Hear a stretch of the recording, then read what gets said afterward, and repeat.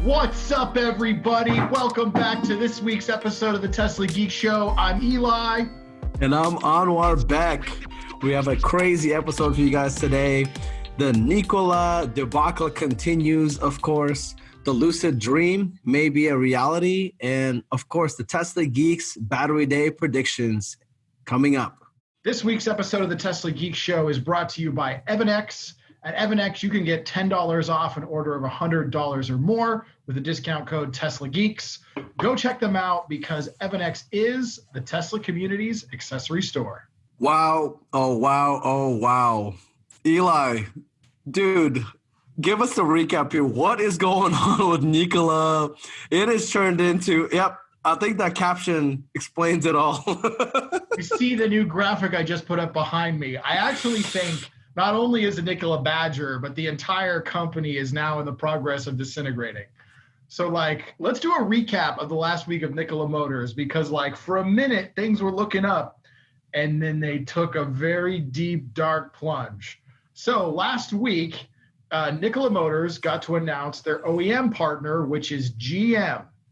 That was a huge moment for Nikola. Their stock shot up almost as 50%. I think at the end of the day, 40% up. It was trading at $50 a share. GM's going to be their OEM partner.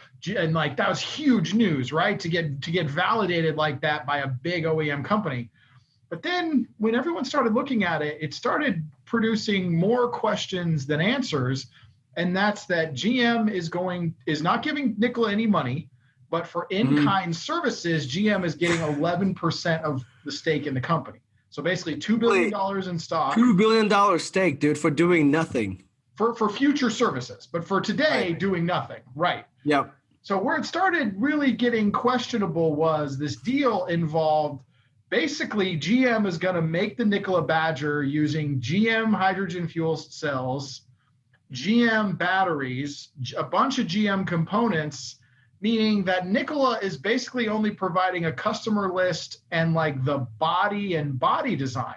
So it's a really weird deal because it's Nikola's been out there saying they have all this amazing technology and they're decades ahead of everybody else and that they have energy density and costs that are twice as good as Tesla.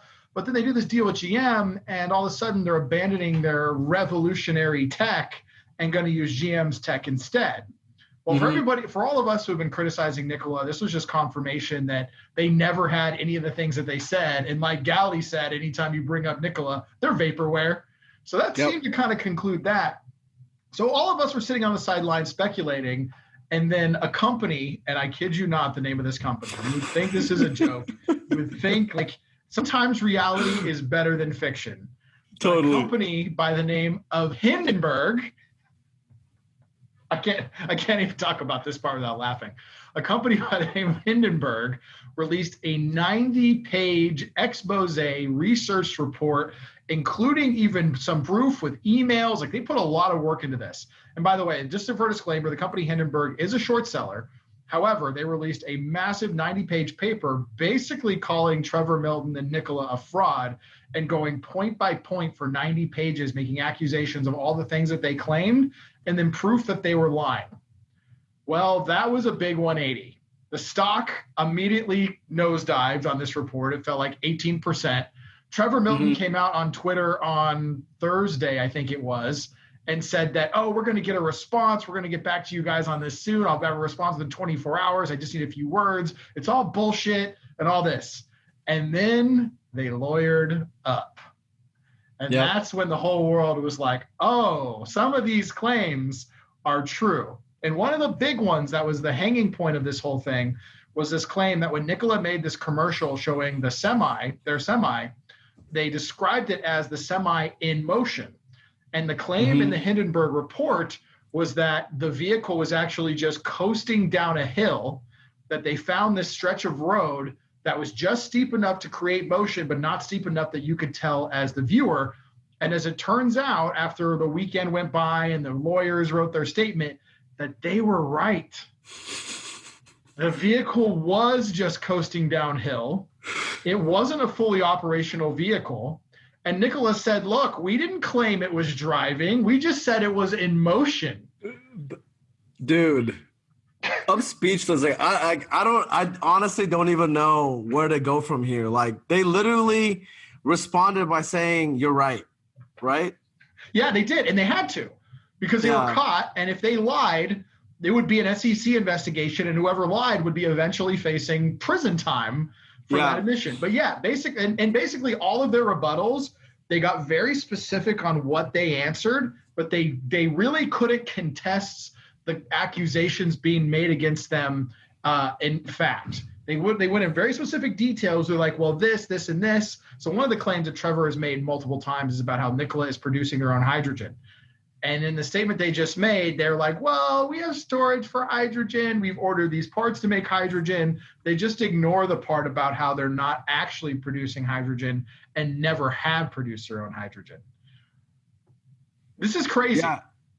And then on top of that, all of the hardware that they're talking about, right? Like the fuel cell and all that. They said they had all sorts of Nikola IP that was super secret, right? They're going to release all this. And in essence, this GM deal kind of showed the GM is making the car, basically. The Badger is going to be made by GM. And Nikola, in essence, became like a marketing company or something. I don't know. Like, I don't know what they... Nikola is now officially what they've only ever been, a hype machine. They're a hype machine and a stock. Their biggest product now officially is their stock. And Trevor Milton getting on television and saying things that are arguably consistently untrue. Yeah, no, now this deal with GM says Nikola's contributing pretty much nothing in the way of technology. It's just all GM tech. So yeah, that's been wild. Today on their rebuttal, the stock was up like 12%. And it was hilarious because I even watched Fred Lambeau from Electric literally saying, like throwing his hands up in the air saying they refuted nothing. They even agreed that the truck was a pusher. Literally, they rolled it downhill. And yet the stock is at 12%. I don't know how people are so done with their money, but Nikola is basically over. Yeah. And GM, so it was interesting. GM had a press conference today, and they're like, yeah, we're standing by our partnership with Nikola. And that seems like an insane thing to do, but think about it. Think about the executives who will be fired on the spot, the board of directors, the investors, all these people who will be fired if they come out now and say, oh yeah, this deal we did 3 days ago, turns out it's a steaming pile of shit. The people who committed to it, they're stuck. They're all on the train with Nikola together. So if I was sitting with them, I'd be like, well, what do we do now? If they kowtow and run back and say we made a mistake, their job, they're fired. It's over.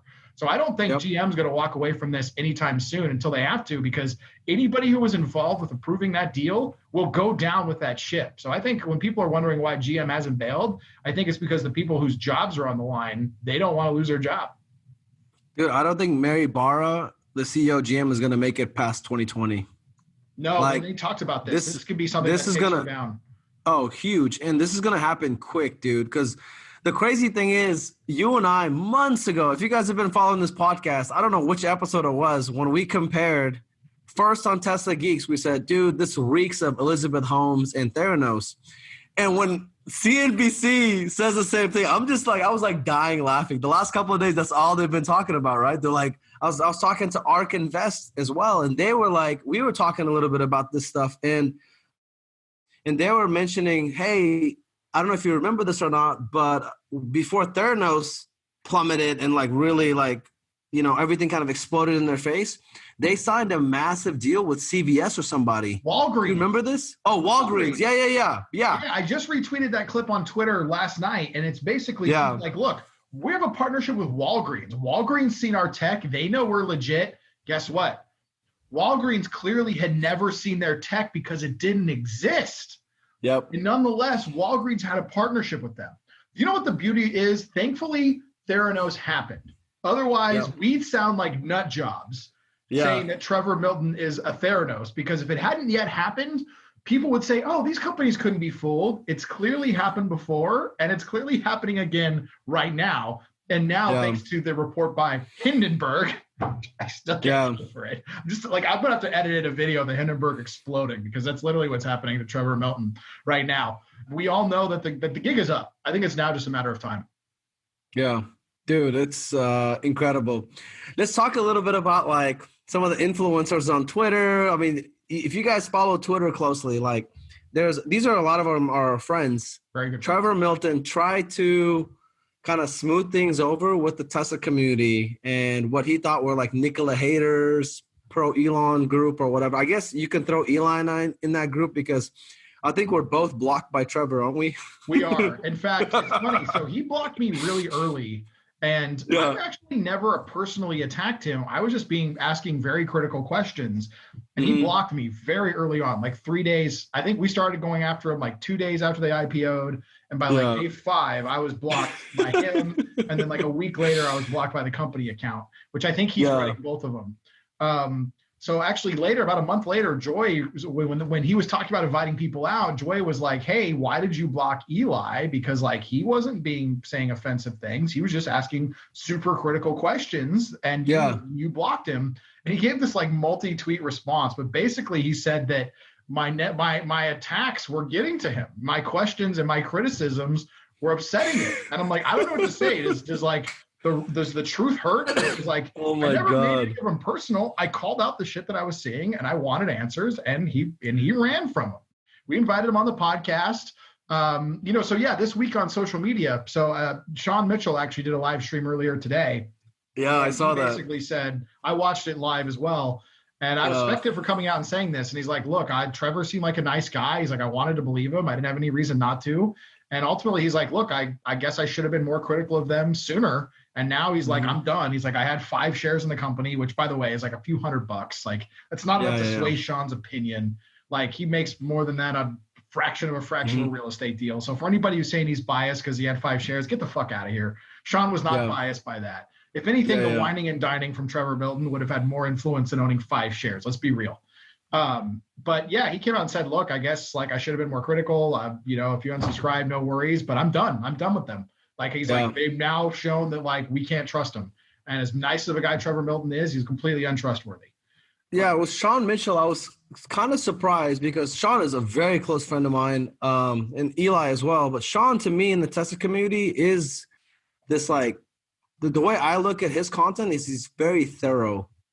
He's not biased. I actually like he's one of the main like influencers, content creators that I watch because I really want to hear his input about things that happen in the world of Tesla and EVs in general. And I feel like he does his homework, right? And I appreciated the content that he created about Nikola before. I feel like he was being very honest and just transparent and like he wasn't shitting on Tesla as much as you or on Nikola as much as you and I were. But at the same time, I think he was being critical in the videos that he created prior to that visit. But it kind of seemed like when Kristen and Omar and these guys went over there, they basically did a show and dance, right? They like showed him all this stuff. They didn't, I feel like though, like Nikola and Trevor didn't set up any kind of time for them to, it was a show and tell. It wasn't, there's no time for them to. They were expecting time to have an open Q&A and that never happened. Yeah. No surprise. Yep. Nikola controlled the show. Right? Their place. I mean, come on. Trevor Milton showed up when they first got there with his golden retriever, his dogs. Like, come on. He was playing every angle he had to be the likable guy. And he is very likable. A lot of hucksters are very likable people. But, they show you all these things. The thing is, too, I think what everyone saw that day was the entirety of the company. Right? Mm-hmm. Like that demo, that prototype, all these things. And then all the rest of it was just a pipe dream. But like, I mean, like they basically got like the souped up investor pitch. Mm-hmm. Give us your money, right? They weren't asking for their money. They just wanted their support. But like they got the wow, they got the sauce. This company's got almost $1 billion in the bank. You better believe they can spend the time. And here's what's crazy. In one of the clips, it was the level of honesty was shocking. Trevor said that like, oh yeah, I had a team of people spend a week researching all of you. Oh, wow. Yeah. Are you kidding? Why do you think when Sean left, he got a bag of marshmallows? Like, big companies do this. It's called how you handle VIPs. But they did that on all them. And Trevor even flat out said, yeah, we researched all you. Like, they knew what they were into. They knew what they liked. Like, they knew they were being handled. And that's what, I mean, and that's because that's what Nikola does. And that's all that Nikola has. Mm-hmm. Vaporware. And now it's coming out, dude. I mean, I guess we're still sitting on the sidelines and watching. I know you and I are not in the stock. I don't want to short. I don't want nothing to do with Nikola whatsoever. To be honest, I need to be open on this one. I bought a short position right at the close of market today. I think I didn't know that. I literally just did today because I'm like, when I shot up 12% in this nonsense, I'm like, you know what? No, I'm done with these guys. Like the writing's on the wall. Oh my God. The fact that they barely refuted the thing. By the way, this is not financial advice. I'm not a financial advisor. Yes. We're just providing commentary and sharing what we're doing personally. But I bought small short position today. I actually tried to make it much larger, but it didn't go through at the strike price that I put in. So Yeah. depending on how the market opens tomorrow, if they are still going up, I'm going to triple up my position personally. Wow. Because when this type of news comes out and you don't refute it, it's anything but bad. However, there's a lot of risk to this move anyway. Even though I think Nikola's been exposed, there's been a lot of manipulation happening with their stock. There's not a lot of shares in float. There's been a number of holding companies that have been shown to buying this stock. They could easily buy up the sellers and still inflate their own stock price. So this could, I think it's pretty clear that my feelings about Nikola and our feelings about Nikola are correct, but it doesn't mean my options play is going to work out the way I want to. I could still easily lose my money. So just because you're going to be doing this, don't go run out and do it too. You need to make your own financial decisions. Yeah, definitely. Just to summarize this topic, months ago when we initially discussed Nikola, we basically talked about how it's vaporware. We even called Trevor Milton fake Elon. I mean, the thing that really drove me and Eli mad is how this guy would go on Twitter and say, Elon and I changed the EV industry forever or some shit like that, right? Like, I was just like, dude, like, how are you putting your name in the same sentence as Elon Musk? Like that stuff was irritating. So now, I mean, a lot's happened since I think the first time we discussed them. I guess we'll just wait and see what else unfolds, but it's not good, definitely. It's worse than not good. It's very bad. All right, let's jump into something else awesome, actually awesome that happened in the past week or so, and that was the unveil of the Lucid Air Dream. Yeah, man. Anwar Beck, tell me your initial reactions to this thing. Dude, I'm a huge fan of Lucid. I guess I have to do a disclaimer. My wife's cousin works at Lucid. I'm a big fan. I've got friends that work at Lucid. I have been following Lucid from the beginning. When I knew that the guy that was leading Lucid was the chief engineer, technically, of the Model S, Peter Rolling. Is it Rolling? What's his last name? Rollingson or something? But like, this dude is like a big badass when it comes to, EV technology. So I was really, I wasn't skeptical of the company anyway, because I knew technology wise, like if a guy like that is committed to this company, like they're working on, and the thing that I really like versus a company like Nikola that's just like branding and all, these guys have been quietly working on this thing for a long time. I mean, they've been in existence for almost 12, 13 years, I want to say. From a marketing standpoint, this was an amazing reveal. Like, so they basically revealed their concept vehicle, or not a concept vehicle, their first production vehicle that they're going to make, sometime next year, middle of 2021? Yeah, their plan is like Q1, Q2, 2021. This is the Lucid, what you guys see here on the screen behind me. This is the Lucid Air Dream. And the specs on this car are tremendous. And honestly, like, you guys are going to be surprised to hear me say this as somebody who loves my Tesla, loves my P100D, and I can't imagine driving anything but a Tesla. This is the first car in existence that's going to be produced that I think can actually be considered a potential competitor to the Model S. So check this thing out. So the Lucid Air Dream, this is the top end spec of their dual motor variant. It's going to be like 165,000. It does a 9.9 second quarter mile, 0 to 60 in 2.5 seconds. Their design, their body, it can do over 500 miles, 517 miles of range on, 113 kilowatt battery pack? Yep. That is a second to none energy range per watt mile of anybody in the space. And they actually did the design right. Unlike Porsche, who did a stupid interior, these guys actually went full minimalist. They've got a little bit more screens than Tesla, but it's still all screens.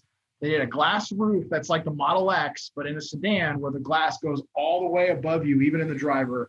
And then they went even more premium on the interior, and that's partly reflected in the price. And I got to say, this car is gorgeous. My only criticism is it's not a hatchback, but this is honestly, I actually got to see this car 2 weeks before the unveil. Tell us about that, dude. I didn't even know you did this, because I guess you had like an NDA with these guys. You couldn't talk about it until the unveil? There was, yeah. So I got to see it I went as Alex from E for Electric. I went as his assistant, actually. I was his cameraman. Okay. Yeah.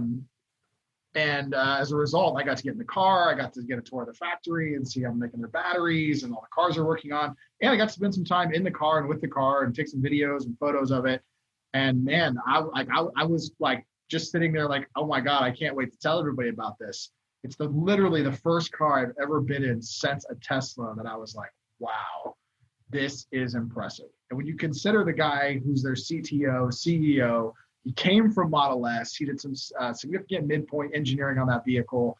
The way they designed this car, I mean, I'm excited for them. I think these guys have a lot of potential and a lot of promise.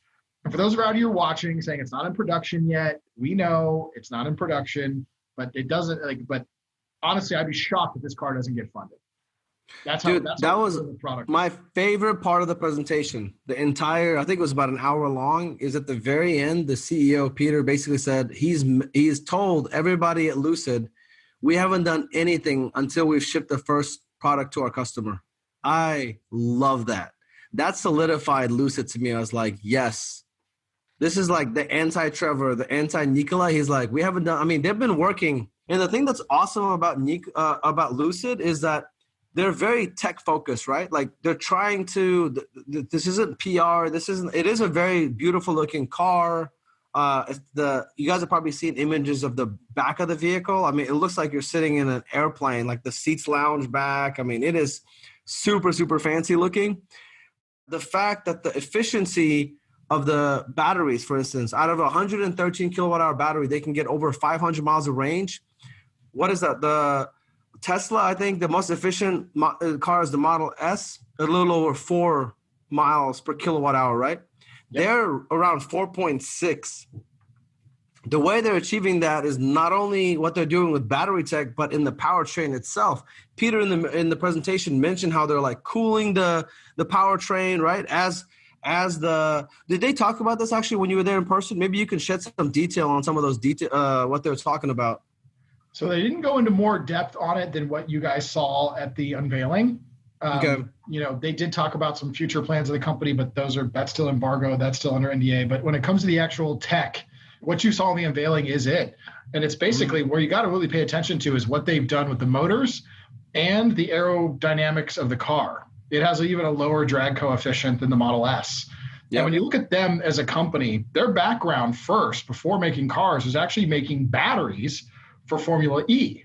They make all of the batteries for racing for Formula E.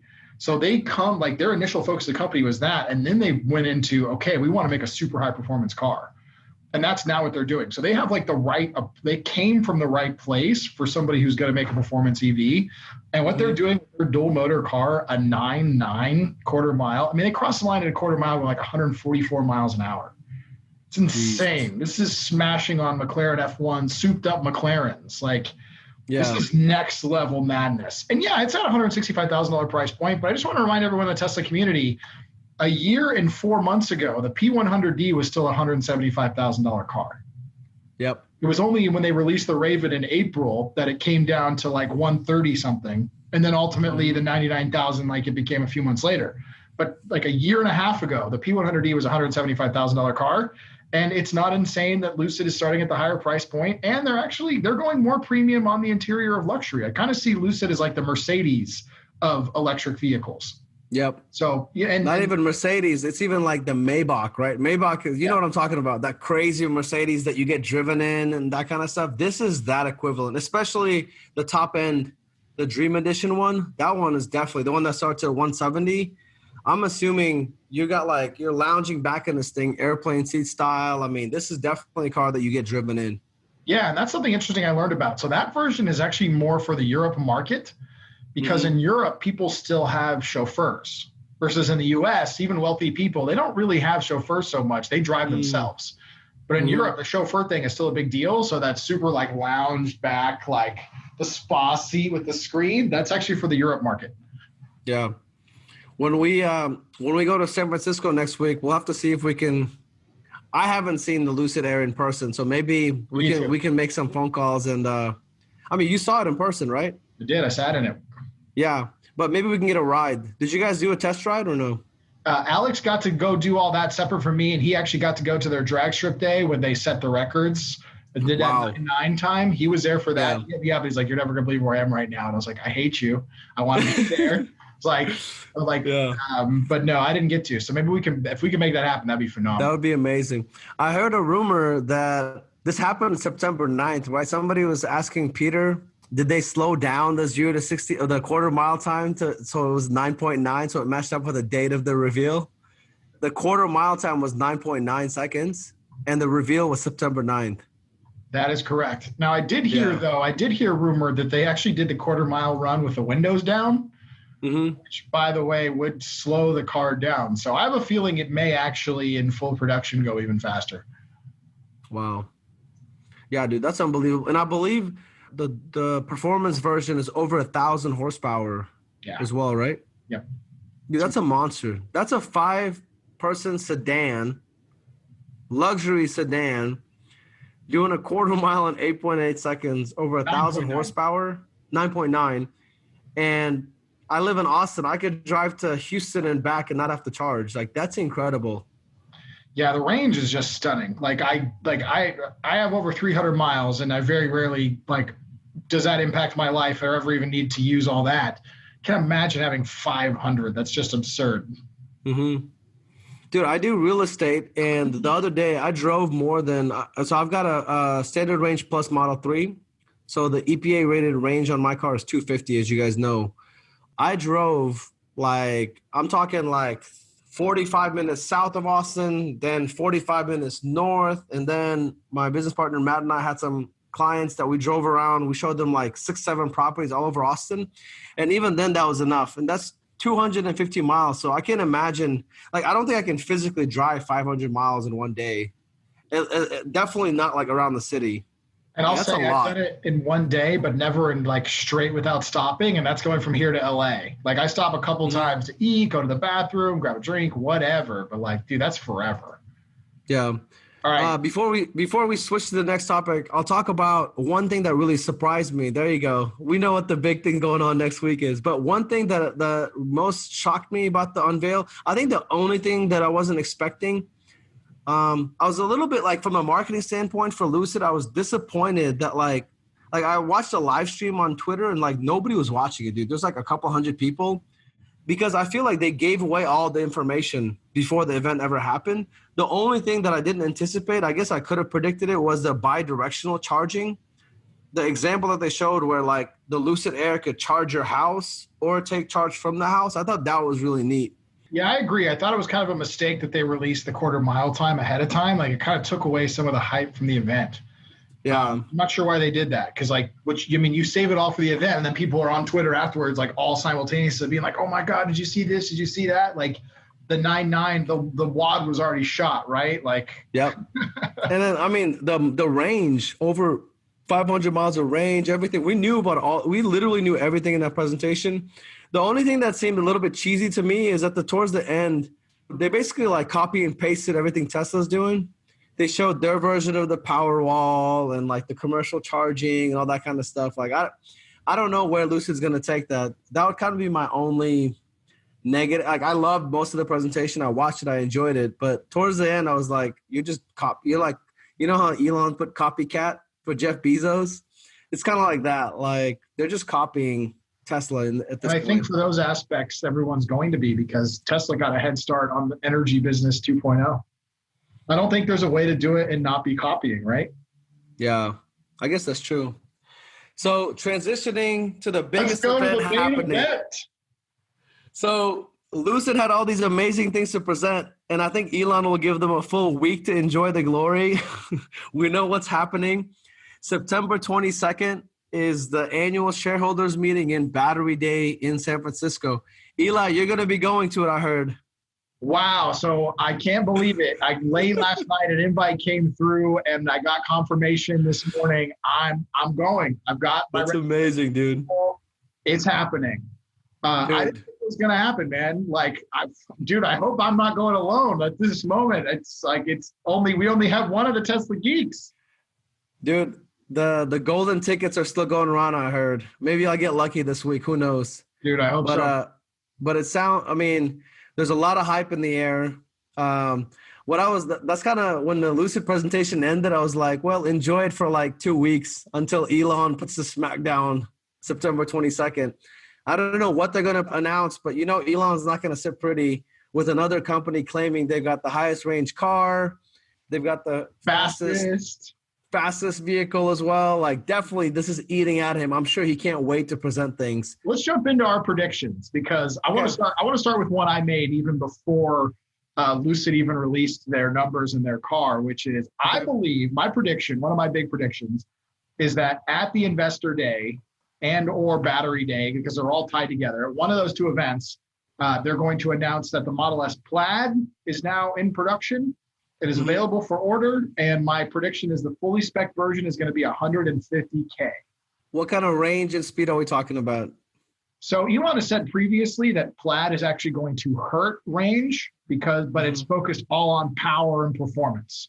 I'm not entirely sure what they're going to do with batteries. My guess is it's going to still be Model S cells. Maybe they'll put in whatever the new battery tech is. I don't know on that one. That one's kind of a wild card. I think we're going to see over 300 miles of range. I don't think we're going to break the 400 miles of range that we currently have in the long range, because again, this is a true performance car. I think very clearly we're going to have to see a quarter mile that's faster than 9.9 seconds. Thank you, Lucid, by the way, because this is the best part about competition. Elon is not okay with being second best. Yeah. When Porsche released the Toucan and showed that it could do a 10.5 or do a 10.4 quarter mile, what happened? A month later, Elon and Tesla pushed out an update that took more time off our 0 to 60 and gave us a 10th faster on the quarter mile with cheetah mode. So like this competition drives Elon and it drives Tesla. So I think guaranteed Plaid is sub 9.9. I think we may even end up at low nines. I think we're going to see a 0 to 60 of flat 2 seconds. Like flat 2 seconds, I think is going to be the target. Maybe even break into 1.9s, but I think 2 seconds is going to be the hit. And we're going to see at least 300 miles of range. That's mind-boggling. That's right there, like the base next generation Roadster type numbers, right? Because that was 0 to 60 in 1.9 and an 8.8 quarter mile. Yeah, and I think if we had this conversation a couple years ago, I would have said, no, they wouldn't do a 1.9 car. But here's the thing. The next-gen Roadster, when those specs were announced, was for a car that was supposed to start shipping in 2020. If they were shipping next-gen Roadster right now, then there wouldn't be a point, I would say, to have to put this tech in the Model S. Don't cannibalize Roadster sales, put in the Model S. I think based upon Tesla's priorities and importance to the business, and Elon talked about the Roadster being dessert, that we kind of got to make our mashed potatoes and vegetables first, that I don't think we see the Roadster till end of 21, maybe 22 sometime. Yeah.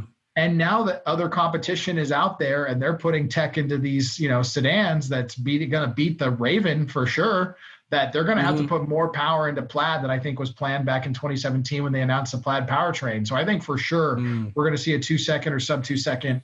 And it's just going to further push where the Roadster is going to have to go in performance. Do you think we'll see an updated specs on the Roadster? No? Because it's been like 3 years or so since I rode in that original prototype at the Semi Unveil. This was over 3 years ago. I mean, I'm sure a lot's changed. It'll be 3 years ago this October, November. That's when that unveil was. Which, funny enough, I was just hanging out with Emil, the driver who took us all. Yeah. Where you were totally losing your shit at the beginning of that commercial they made. Yep. But that video they made. Yeah, and I was like, hey, man, it's been a few years since I've seen you. The last time we did it, you were blowing the brains out of the back of our head. He's like, oh, hey, man, I recognize you. How's it going? Like, I was like, dude, no way. You said hello to him as well. That car, and Elon's talked about that on Twitter. That car has been substantially improved and some changes made. I think to the internals, the body has got to stay the way it is. They made the sexiest car I've ever seen. But we know some internal components are going to change that are going to affect its performance. What about you, man? What is your big like number one Battery Day prediction? I think starting from like the big rocks, I think there will be a few things announced. I kind of agree with you that the Plaid mode Model S will be revealed. But I think the biggest part of this is a lot of people are speculating. Again, most of the conversation or the unveil will be surrounding batteries because of the name of the unveil. But I think it's going to be less like new battery tech, like solid state, or even if they talk about this 1 million mile battery, I think a lot of it's actually going to be focused on battery production. Tesla and Elon, they have steadily over the last decade dropped battery production prices because they've, cumulatively they've made more and more cars. They put more batteries in, so the costs have declined. But every year the improvements basically are like 5%, right? And Elon's kind of mentioned this before. He's like, there are no like revolutionary overnight where you can improve battery technology by X amount. I think they're going to stay on that trajectory.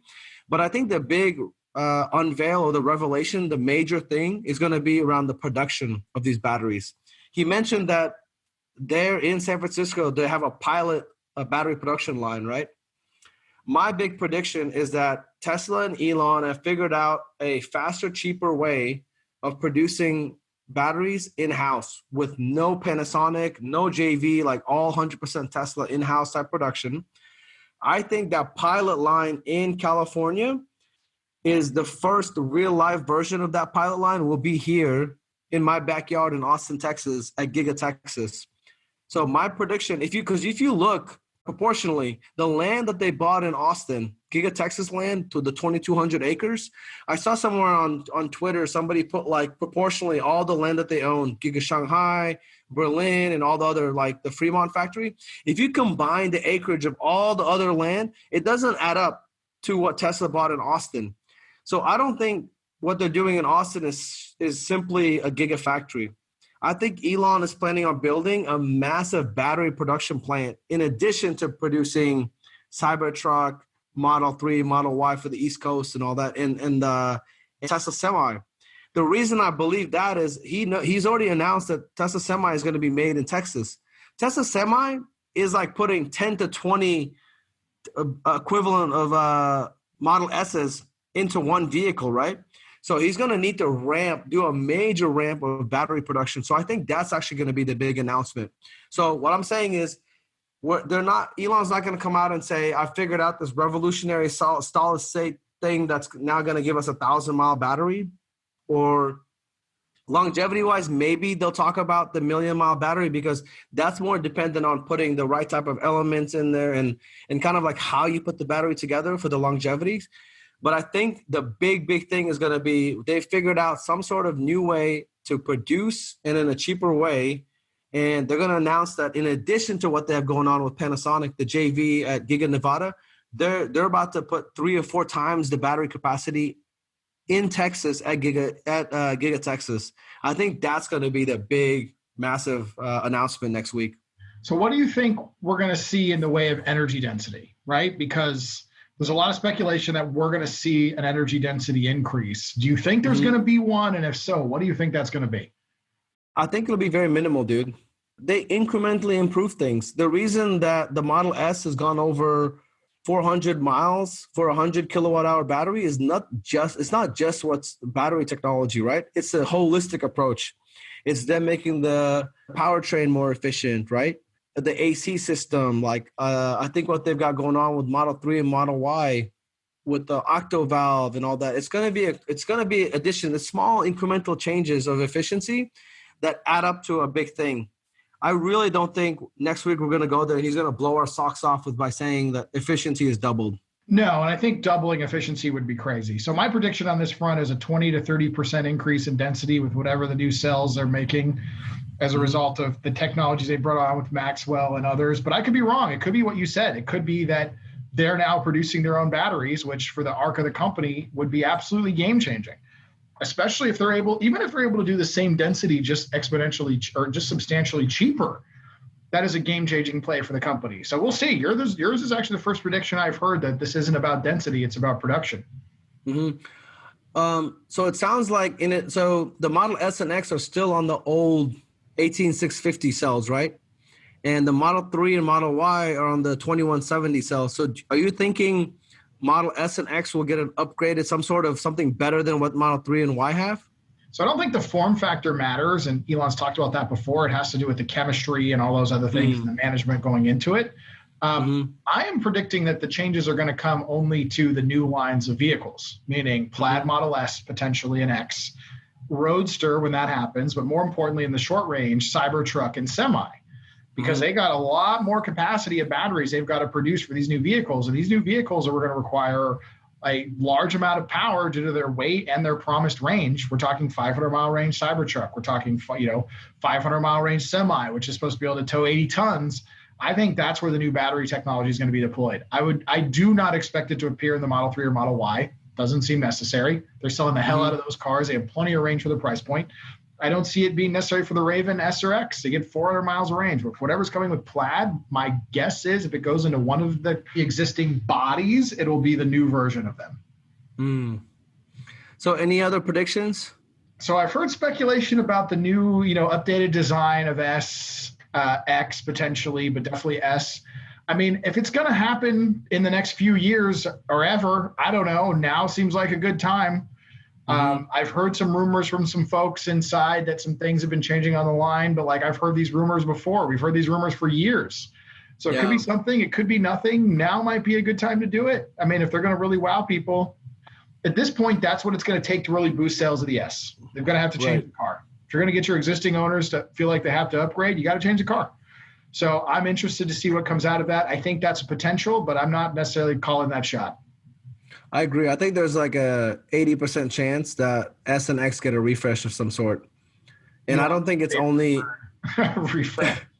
refresh. Yeah. And I don't think it's only going to be on Twitter about that. He's like, we do not do refreshes to the cars. We make incremental improvements. You must be ordered or disciplined.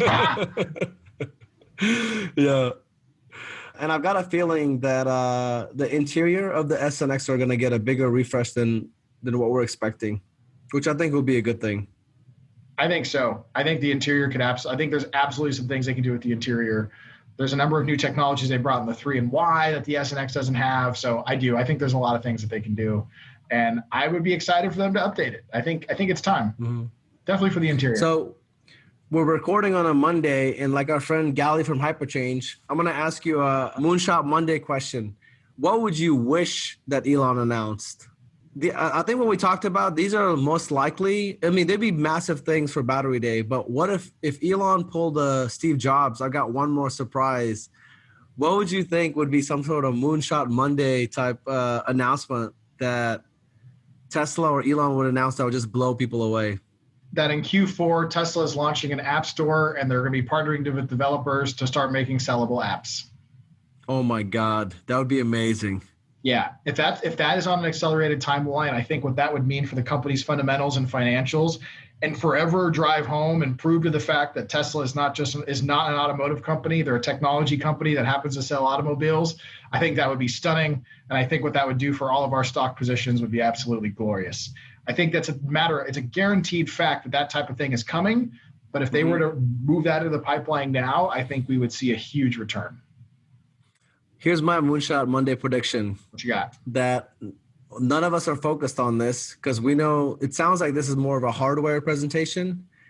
I think Elon is going to start the presentation at his house or a house in San Francisco, and his Model S with the latest software of full self-driving will drive him to the event without any intervention. He'll step out of the car and he'll announce that the beta version of full self-driving, level 4 or whatever, will be available by the end of the year. Boom. And then mic drop. But again, Moonshot Monday, I doubt there's probably 0.1%, but that would be so epic. Something that blindsides people from an investment standpoint or whatever. That FSD is the biggest thing that isn't really been priced into the Tesla stock. If that happened, dude, that would be just massive. I've been thinking about this personally because Elon is joked about it or talked about it on Twitter, how he's testing out that version, right? And it basically guides him from his house to work. What an epic way to make an entrance. That would be even if you have a video of it, you know what I mean? Starting away from the location, coming to Fremont before the Battery Day presentation, him stepping out of the car and making his presentation without ever touching the steering wheel or the pedals. That's an incredible moonshot. If that ends up happening, it's just eruption. Yeah. We all retire the next day. That's what that is. Seriously. Real quick, before we wrap this show up, as you guys know, I'm a big Tesla, SpaceX fan, Elon Musk fan, so I finally brought it all together with this shirt, Musk Industries. Dude, I was going to comment. I want one of those, dude. That looks so cool. I'm bringing you one when you fly into town for Battery Day. Awesome, dude. If you guys want to get these, by the time this video is up, I'll have them in my store, and the link will be down below. We're having these produced local to bring down the cost for you guys. I'll be personally shipping them, so get your Musk Industries shirt today. Dude, that looks so clean. I love the logo. You saw the shirt that I'm wearing? Yeah, bro. Do you remember this? Level 3. That's when we were at Falcon Heavy. There's only been 2 flights of the Falcon Heavy, right? We were at the last one. Mm-hmm. Incredible. Arabsat. Yeah. Arabsat. Yeah. I've got the patch in my office. In Cape Canaveral. That was epic, dude. That was such a good time. Dude, we got to hang out with everybody. Hey, by the way, while we're recording this now, I saw a text message come up on my phone. Nikola Motors is down 8% after hours today. Oh, no. Oh, no. I'll be buying drinks with the dividends on that put call or that put option. Anyway, all right, guys, I hope you enjoyed our predictions, our Moonshot Mondays. If you're coming out to the Bay Area, send us a text, hit us up on social media. We're going to be out in the Bay. It's going to be busy, but we're going to be out in the Bay most of the week. And if you're in town, we would love to see you. We'd love to connect. And I just want to say to everybody watching, thank you so much for joining us for this special episode of the Tesla Geek Show.